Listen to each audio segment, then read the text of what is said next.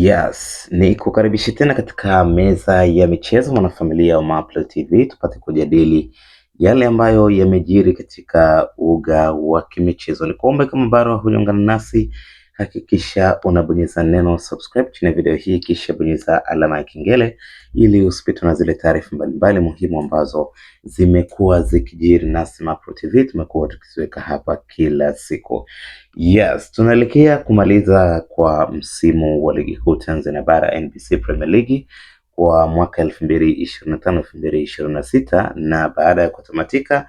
tunaenda kuanza dirisha kubwa la usajili, ambapo hadi hivi sasa tayari kuna tetesi, lakini pia kuna michakato ya hapa na pale kwa klabu mbalimbali zinazoshiriki ligi kuu kuweza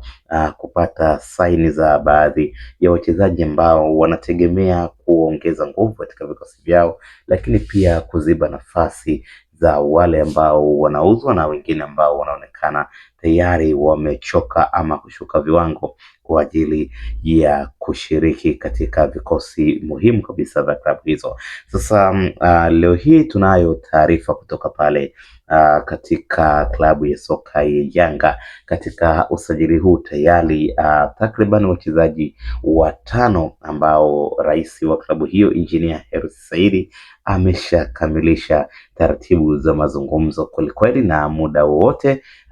itapofunguliwa dirisha hili la usajili, basi nadhani wataanza kuwatambulisha rasmi ama kukamilisha kabisa usajili wa wachezaji hao. Sasa katika wachezaji hao watano, leo hii niko na mchezaji mmoja tu ambaye nitakutajia hapa na tutachambua ujio wake katika klabu hiyo kwa wakati huu kama unastahili ama la. Moja ya wachezaji ambao tayari inasemekana mazungumzo yamefikia pazuri na klabu ya soka ya Yanga ni mchezaji Pestau. Pestau ni mmoja kati ya wachezaji ambao waliwahi kuika sana wakitokea kule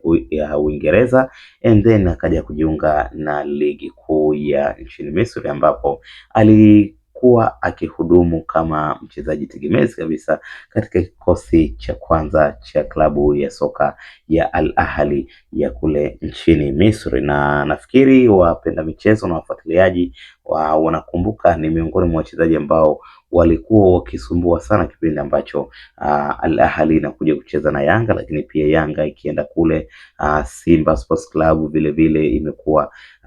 ikishuhudia unyama na uwezo wa Pestau kipindi wakicheza na Al Ahly. So kwa kipindi hiki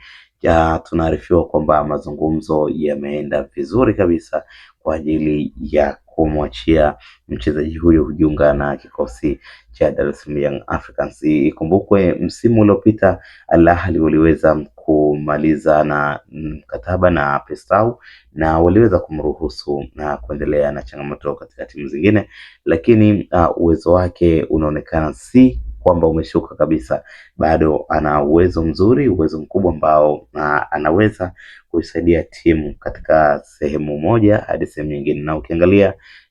klabu kama Yanga kwa misimu miwili imekuwa si klabu ambayo inafanya vizuri sana kimataifa. Tukumbuke misimu miwili iliyoisha Young Africans ameweza kumaliza katika hatua ya makundi, hali ambayo imekuwa ni mbaya kwa klabu hiyo kwa sababu ni klabu ambayo ilishafika robo finali ya klabu bingwa, lakini pia ni klabu ambayo imeshafika finali za kombe la shirikisho. Kwa hiyo kuishia katika hatua ya makundi ni kama kurudi nyuma kiuwezo. So